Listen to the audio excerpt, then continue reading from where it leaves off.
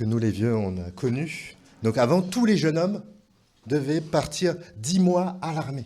Donc voilà, les jeunes, vous avez de la chance. Enfin bref, chacun ses goûts. Mais avant, on faisait une journée. Alors peut-être certains vont dire que c'était plus longtemps pour eux encore avant. Ben voilà.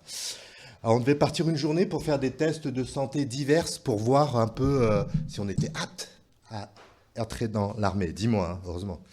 Et je me rappelle, j'avais retrouvé un copain de lycée. Ça faisait 3-4 ans qu'on ne s'était pas vu. En terminale, on s'était vu, on était contents, on rigolait, tout ça, c'était sympa. Et puis à un moment, il y a un homme gradé qui nous a dit « Taisez-vous !» Bon, alors on était à l'armée, on a obtempéré, enfin bref. Donc heureusement, j'étais exempté. Ma mauvaise vue, qui n'est pas toujours une bénédiction, a été salutaire à ce moment-là. C'était une prof dans un collège chez l'Oise qui avait un rendez-vous avec un parent d'élève pour lui donner le livret scolaire de son enfant. Et à un moment, elle a l'entretien avec le papa, et le papa lui dit « Moi, je suis dégoûté d'être venu, j'aime pas les contraintes, moi, je suis un homme libre. » Bon, voilà l'échange.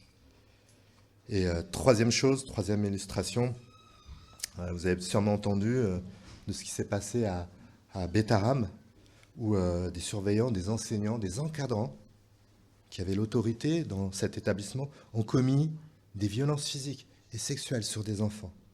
Quelle horreur! Et toutes ces expériences, diverses et variées, nous font comprendre que l'autorité a mauvaise presse de nos jours. L'autorité a mauvaise presse de nos jours. Mais malgré tout, malgré le fait que quand vous entendez le mot autorité, ça vous hérisse peut-être les poils sur le corps, malgré cela, ce matin, on veut parler d'une autorité. Une autorité à laquelle on va être invité à se confier. Alors ne vous fermez pas tout de suite mentalement, parce que l'idée, c'est de voir que c'est une autorité bienveillante qui nous est proposée. C'est l'autorité de Jésus. Et depuis le début de l'année 2025, nous essayons de parcourir la vie de Jésus qui est présentée dans l'évangile de Marc. Et c'est une invitation faite à le suivre Jésus. Et ce matin, on va voir tout particulièrement que suivre Jésus, c'est accepter son autorité. Et nous allons poser simplement 2 questions ce matin. Qui a l'autorité dans ta vie, dans votre vie? Qui a l'autorité? Et la deuxième question, veux-tu accepter l'autorité bienveillante de Jésus? Voilà les 2 questions que nous allons nous poser ensemble ce matin. Si je peux vous inviter à la prière. Seigneur, merci de nous avoir réunis ce matin. Tu sais les semaines que nous avons vécues, tu sais nos états d'âme personnels liés à notre histoire, à notre personnalité, quand nous entendons le mot autorité. Tu sais les travers que ça a amené dans l'histoire de l'humanité, dans nos histoires personnelles. Viens amener comme une crème apaisante dans nos cœurs, Seigneur.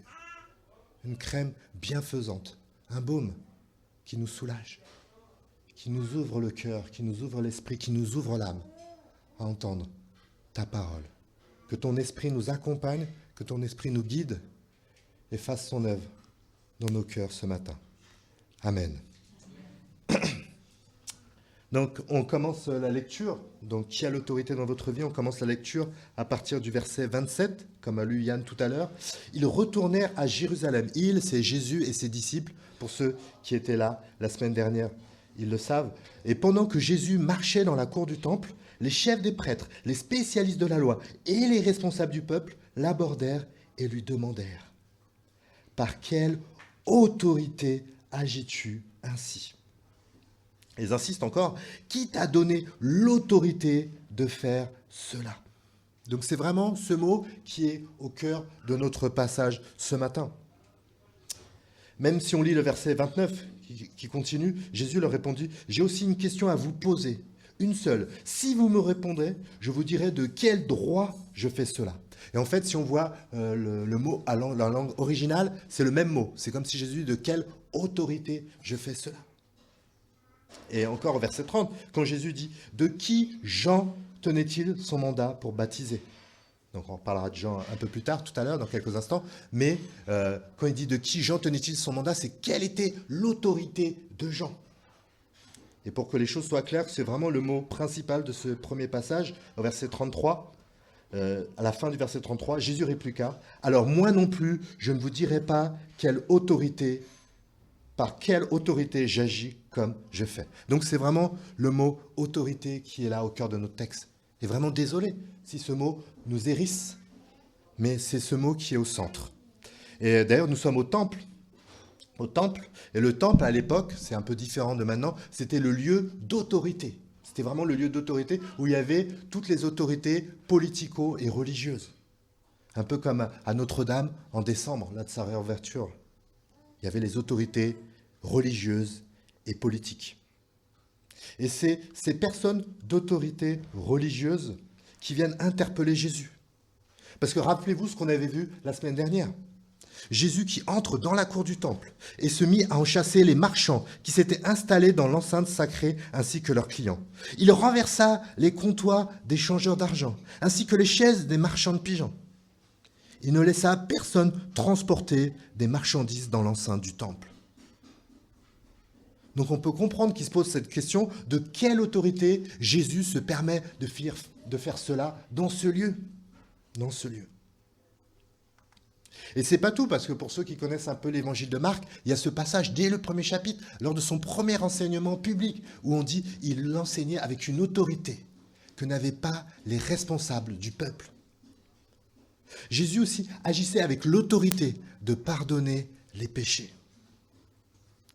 Et tout au long de l'évangile de Marc, peut-être vous en souvenez, on a vu Jésus avec l'autorité sur la maladie, sur la mort, sur les éléments de la nature, sur les démons.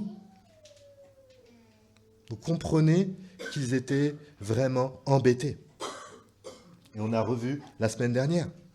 Il craignait son influence, car son enseignement faisait une vive impression sur la foule.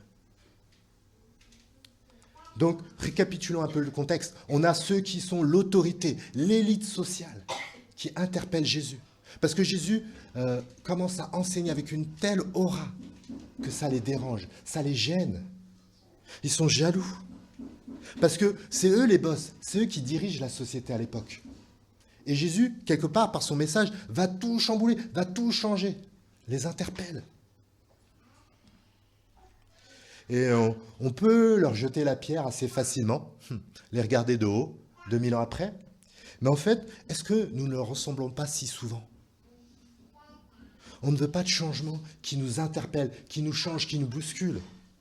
On veut garder l'autorité sur nos vies, le contrôle. Ni Dieu ni maître. On veut garder le contrôle. Et on voit Jésus qui interpelle son peuple. Et comment répond Jésus ? C'est intéressant aussi, regardez la réponse. Au verset 29, Jésus leur répondit, « J'ai aussi une question à vous poser. Une seule.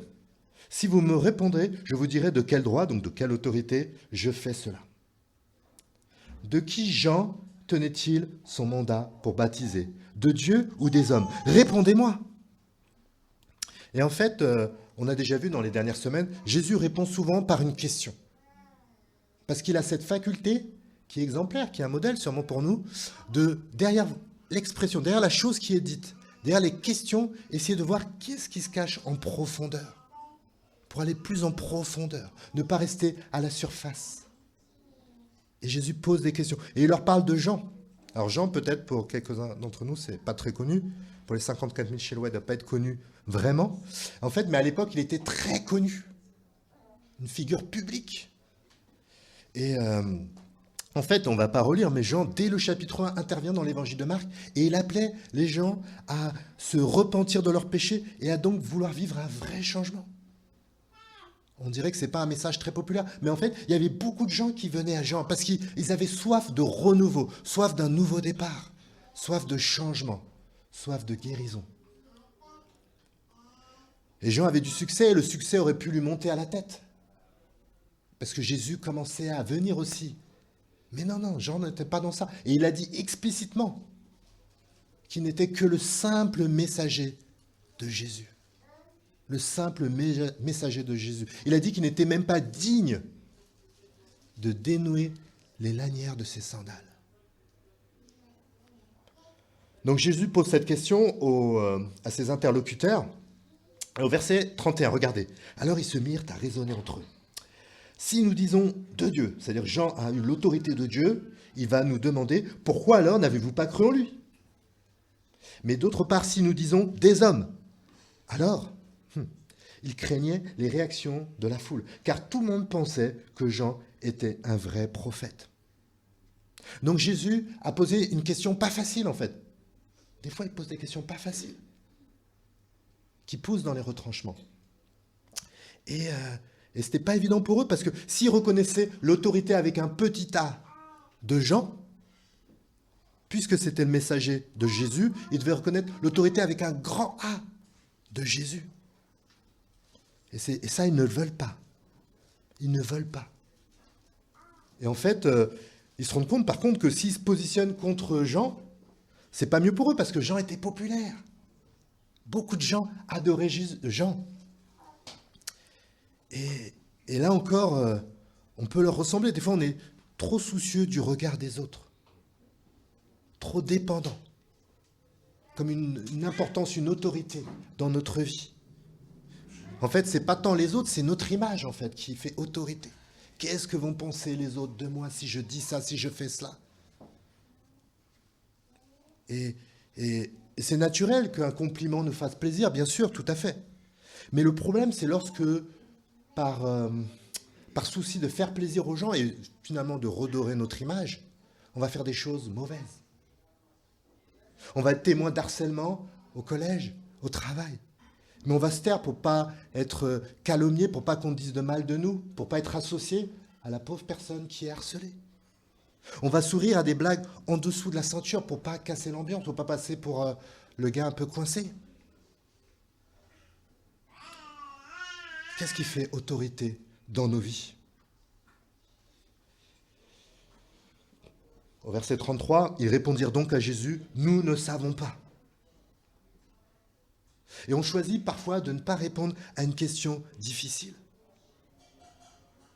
En fait, l'être humain pratique le déni depuis son plus jeune âge. On va fuir, on va changer de sujet, on va trouver des excuses pour ne pas répondre, ou on va carrément mentir comme eux ce matin. En fait, on est très bon pour voir le déni de notre prochain, mais pour notre propre déni, on est dans le déni. Et que faisons-nous, même quand Dieu lui-même, à travers sa parole, entendu prêcher, ou même méditer personnellement, nous appelle à des vrais changements dans notre vie? Que faisons-nous? Que ce soit dans nos finances, dans notre sexualité, dans notre regard, dans notre aptitude, notre résistance même, à considérer les intérêts des autres supérieurs aux nôtres. Ne pas vouloir changer vraiment, c'est une manière de nier l'autorité de Dieu sur nos vies. Ne pas vouloir changer, c'est nier l'autorité de Dieu sur nos vies. C'est vouloir garder le contrôle, garder le volant. À la fin du verset 33, Jésus répliqua, « Alors moi non plus, je vous ne dirai pas par quelle autorité j'agis comme je fais. » Jésus n'a pas peur de dire ce qu'il pense. Il est dans le lieu d'autorité avec un grand A.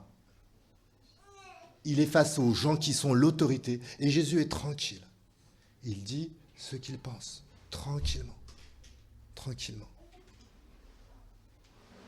Et en fait, on verra la semaine prochaine avec Gaël qu'ils vont chercher à coincer Jésus.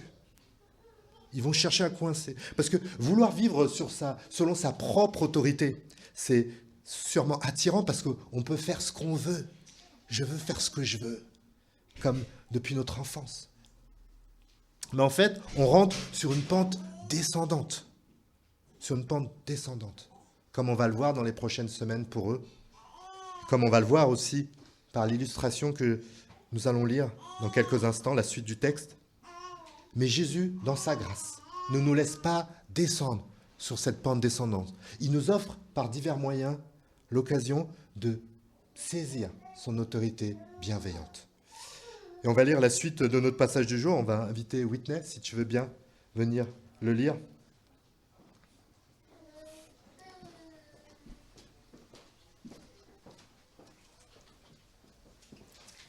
Bonjour. Alors, Marc 12, à partir du verset 1. Puis il se mit à leur parler en utilisant des paraboles. Un homme planta une vigne, l'entoura d'une haie, creusa un pressoir et bâtit une tour de guet. Après cela, il la loua à des vignerons et partit en voyage. Au moment des vendanges, il envoya un de ses serviteurs au vigneron pour recevoir la part du produit de sa vigne qui lui revenait. Mais ceux-ci se précipitèrent sur ce serviteur, le rouèrent de coups et le renvoyèrent les mains vides. Alors le propriétaire leur envoya un deuxième serviteur. Celui-là, ils le frappèrent à la tête et le couvrirent d'insultes. Le maître leur en envoya un troisième, et celui-là, ils le tuèrent, puis beaucoup d'autres, et ils le battirent les uns et tuèrent les autres. Il ne lui restait plus désormais qu'une seule personne à envoyer, son fils bien-aimé. Il le leur envoya en dernier. Il se disait, pour mon fils au moins, ils auront du respect. Mais les vignerons se dirent entre eux, voilà l'héritier, venez, tuons-le, et l'héritage sera à nous. Ils se jetèrent sur lui, le tuèrent et traînèrent son cadavre hors du vignoble. Que va faire le propriétaire de la vigne ? Il viendra lui-même, fera exécuter les vignerons et confiera le soin de sa vigne à d'autres. N'avez-vous pas lu ces paroles de l'Écriture ? La pierre que les constructeurs ont rejetée est devenue la pierre principale, la pierre d'angle. C'est du Seigneur que cela est venu et c'est un prodige à nos yeux. Les chefs des prêtres, les spécialistes de la loi et les responsables du peuple cherchaient un moyen d'arrêter Jésus. Mais ils avaient peur des réactions de la foule. En effet, ils avaient bien compris que c'était eux que Jésus visait par cette parabole. Ils le laissèrent donc et se retirèrent.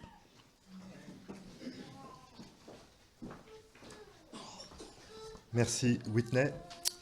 Donc on est au chapitre 12 maintenant, nous passons au chapitre 12. Et ce verset 1 que vient de nous lire Whitney. Puis Jésus se mit à leur parler en utilisant des paraboles. Un homme planta une vigne, l'entoura d'une haie, creusa un pressoir et bâtit une tour de guet. En fait, pour que les choses soient claires, pour eux c'était clair, mais pour nous, 2000 ans après, c'est peut-être moins simple. Mais en fait, la vigne représentait le peuple de Dieu. On le voit dans plusieurs passages de la Bible, comme dans le psaume 80 où il est écrit « Tu as fait sortir d'Égypte la vigne, tu as chassé les nations, tu l'as plantée, tu as préparé le terrain pour elle. Elle a pris des racines et a rempli le pays. » Dieu est ce propriétaire de la vigne que nous avons entendu l'histoire, qui a planté son peuple. Pour ceux qui connaissent la Bible, vous vous rappelez, ils sont sortis de l'Égypte et Dieu les a amenés dans le territoire qu'il leur avait promis. Donc cette vigne, c'est vraiment le peuple de Dieu qui est illustré dans le propos de Jésus.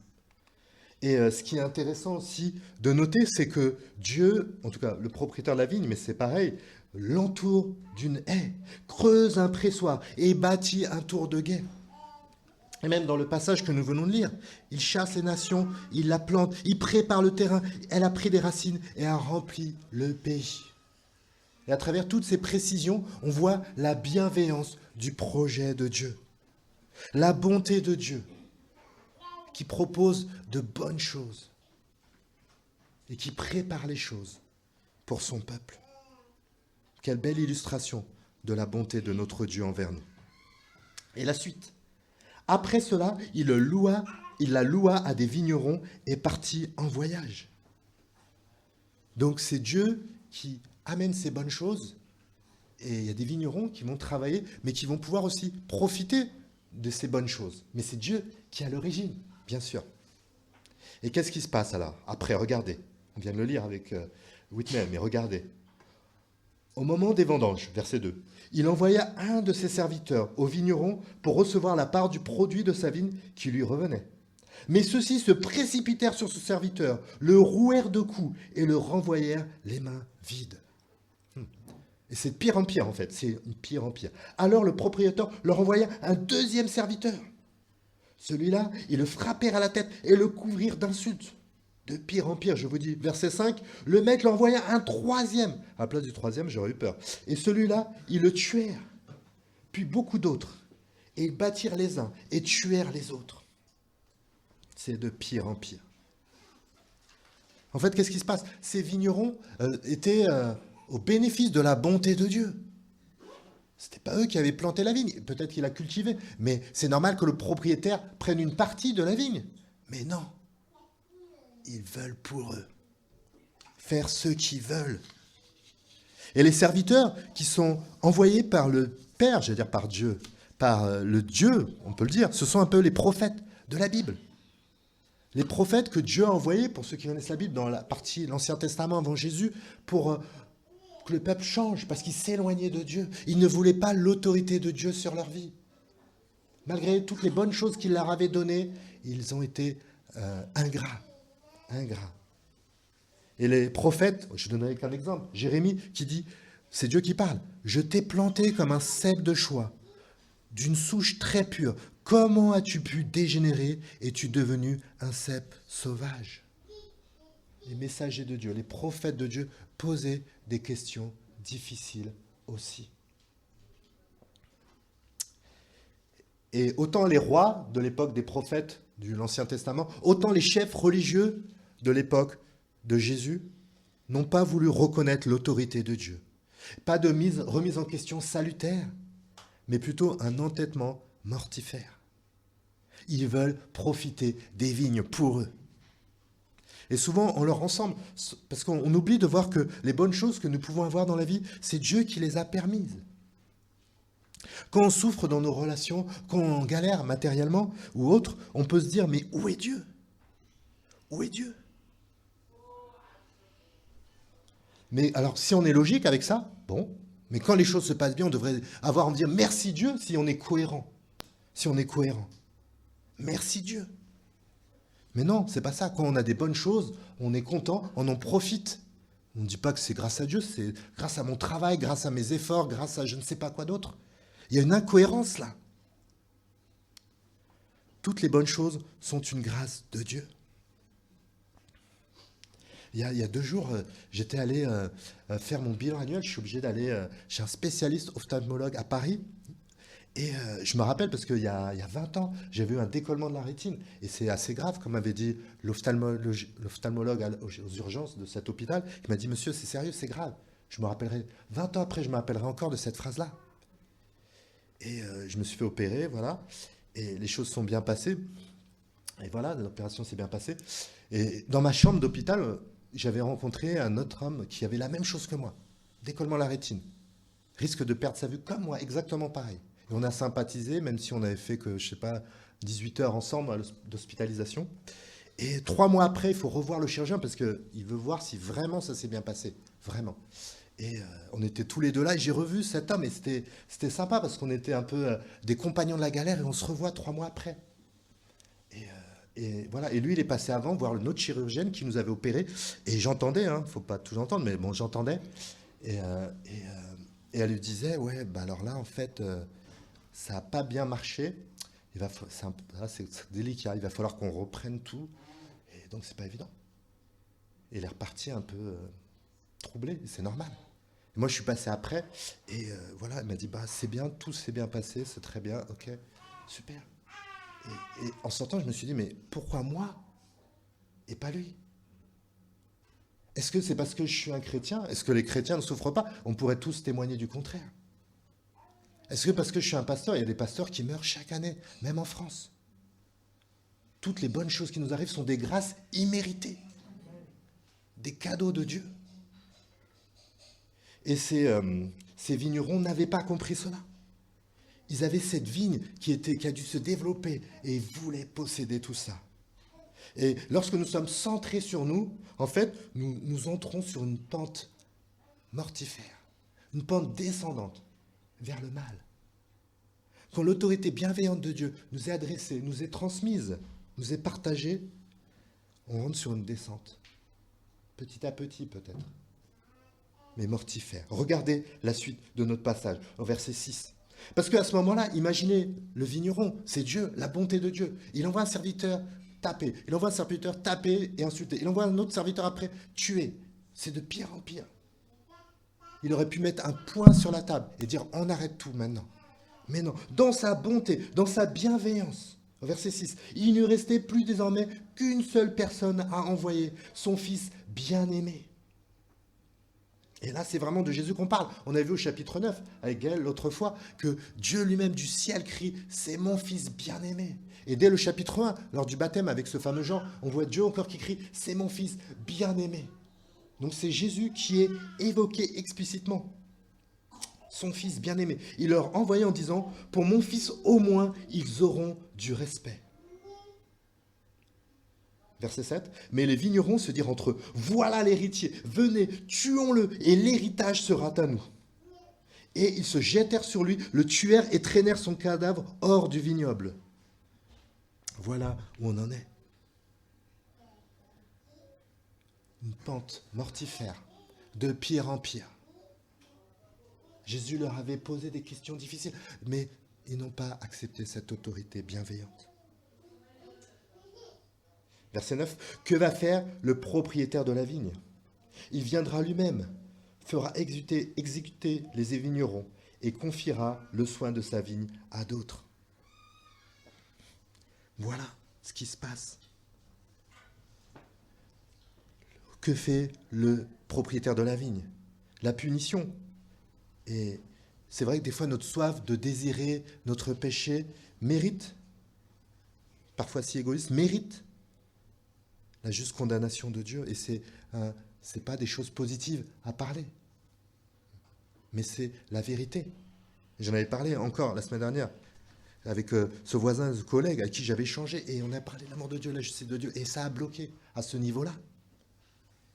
Et dans notre échange, j'ai dit, mais des fois, en parlant de faits divers vraiment odieux, je n'évoquerai pas ici, où la condamnation juste est une justice dans certains cas.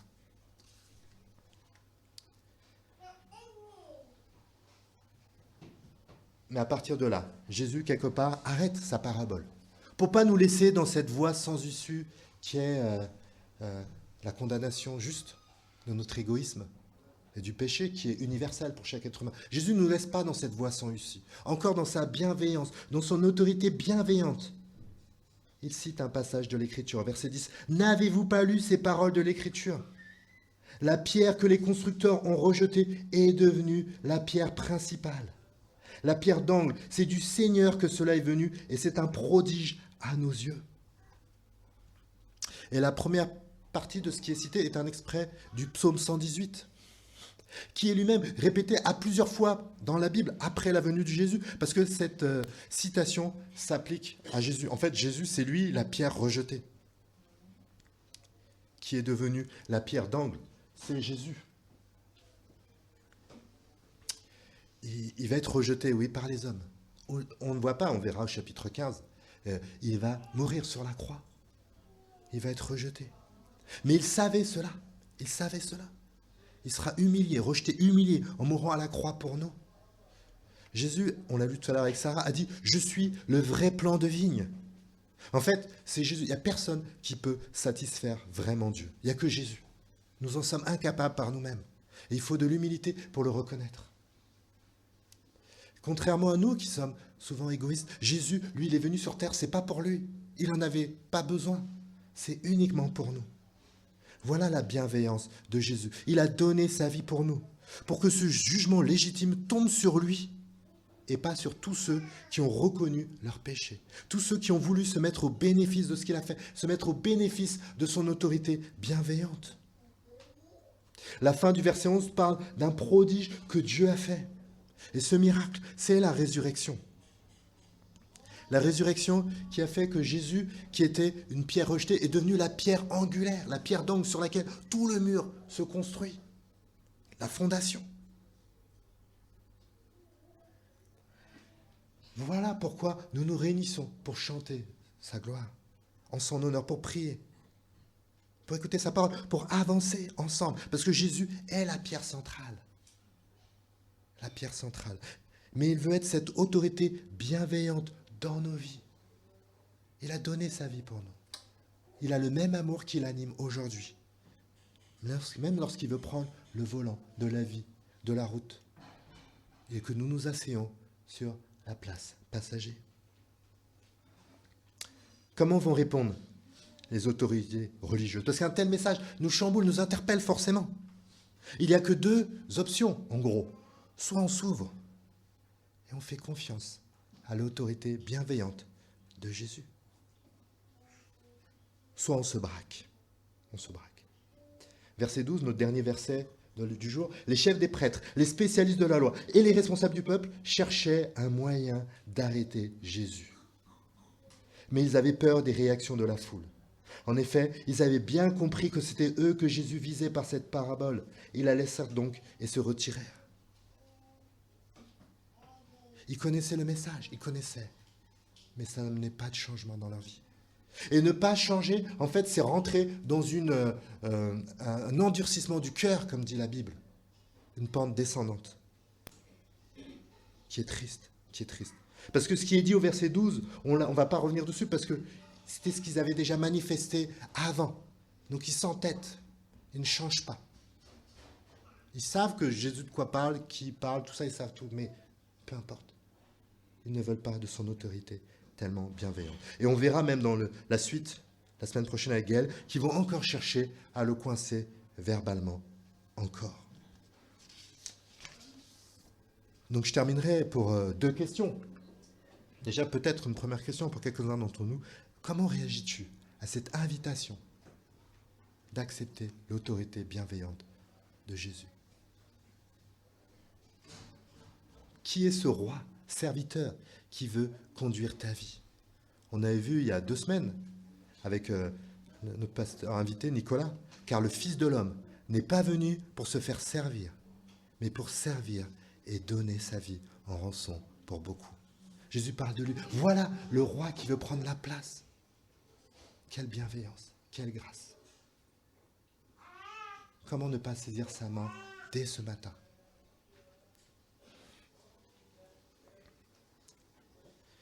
Et une question encore pour nous, tout particulièrement, qui suivons déjà Jésus. Quels sont les domaines où Jésus n'a pas encore autorité dans ta vie? Je pense à cette formule, je me suis converti à Jésus-Christ, mais mon portefeuille ne s'est pas converti encore. Dans quel domaine Jésus n'a pas autorité dans ta vie? Et je dirais même plus quand Dieu parle, quand par sa parole, dans son temps personnel. Est-ce que tu laisses Dieu te remettre en question? Est-ce que tu pries en disant « Dieu, merci pour ta grâce de me laisser méditer un extrait de la Bible et permets que tu aies un cœur ouvert au changement que tu veux faire. » Ou juste lire la Bible comme ces chefs religieux, ils savaient ce que Jésus disait, ils savaient de quoi il parlait, mais ça ne change rien. Prions pour cela. Des changements. Il y avait un pasteur parisien que je connaissais qui est décédé il y a quelques années, et, à 45 ans. Et ce qui m'a marqué, c'est tous ses amis proches, qui étaient pasteurs aussi, que je connaissais, tous ses amis proches ont dit, c'est un ami qui osait nous poser des questions délicates, comme Jésus, comme les prophètes. Et qui que tu sois ce matin, je te souhaite d'avoir un ami qui t'aime tellement, qu'il est prêt des fois à te poser des questions délicates. Parce que ce qu'il souhaite le plus pour toi, c'est que l'autorité bienveillante de Jésus se développe en toi. Je vous invite à la prière. Seigneur, merci pour ton amour, Seigneur. Ton amour qui est décrit dans ce texte, c'est le même amour, la même bonté, la même patience, la même grâce. Chaque jour, tu nous tends la main, Seigneur. Tu ne tiens pas compte de nos passés, tu ne tiens pas compte de nos présents, Seigneur. Tu veux nous proposer chaque jour un renouveau, un nouveau départ. Viens au plus profond de nos cœurs, Seigneur. Viens par ton autorité bienveillante, viens nous guérir, viens cicatriser. Viens parfois peut-être interpeller, Seigneur. Et viens nous guider pour que nous avancions, personnellement et même collectivement, ensemble, au bénéfice de cette bonne autorité. Sois béni au milieu de nous. Amen.